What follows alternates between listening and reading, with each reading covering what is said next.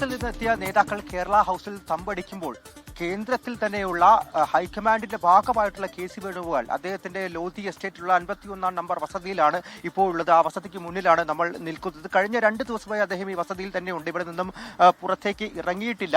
മുഖ്യമന്ത്രി ചർച്ചകളിൽ നിലവിൽ അദ്ദേഹത്തിന്റെ പേര് കൂടി പ്രധാനമായും പരിഗണിക്കുന്ന സാഹചര്യത്തിൽ അദ്ദേഹവും ഈ കൂടിക്കാഴ്ചയിൽ പങ്കെടുക്കാനായി ഇവിടെ നിന്ന് പോകും.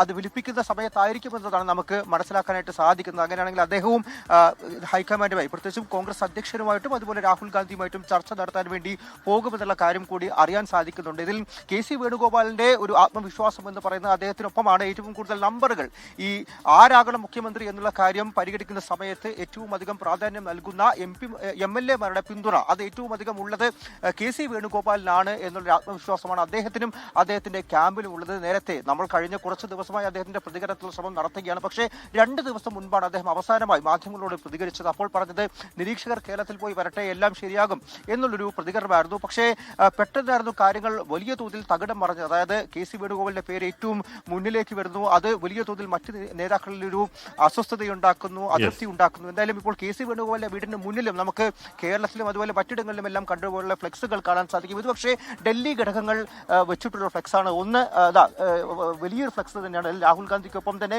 വലിയ ചിത്രത്തിൽ KC വേണുഗോപാലിന്റെ ചിത്രമാണ് ഉള്ളത്. അതുപോലെ തന്നെ മറുപുറത്തും മറ്റൊരു ഫ്ലെക്സ് കൂടിയുണ്ട്, രാഹുൽ ഗാന്ധിയും KC വേണുഗോപാലും കൂടിയുള്ളത്. ഇതിൽ KC വേണുഗോപാലിന് നറുക്ക് വീഴുകയാണെങ്കിൽ അതിൽ ഈ പ്രധാനമായിട്ടും പരിഗണിക്കുന്ന 3 കാര്യങ്ങൾ. ഒന്ന് MLA മാരുടെ പിന്തുണ, ഘടകകക്ഷികളുടെ വികാരം, പൊതുവികാരം, ജനവികാരം. അതിനൊപ്പം തന്നെ KC വേണുഗോപാൽ സംഘടനാ നിൽക്കുകയാണ്. MLA മാരുടെ നേതാക്കളുടെ പിന്തുണ, അണികളുടെ പബ്ലിക് സെന്റിമെന്റ്സ്, പിന്നെ ഘടകകക്ഷി പിന്തുണ. അതിനിടയിൽ തീരുമാനമെടുക്കാൻ കഴിയാൻ നട്ടം തരുന്ന ഹൈക്കമാൻഡ് ഈ ദിവസങ്ങൾ കാണുന്നു.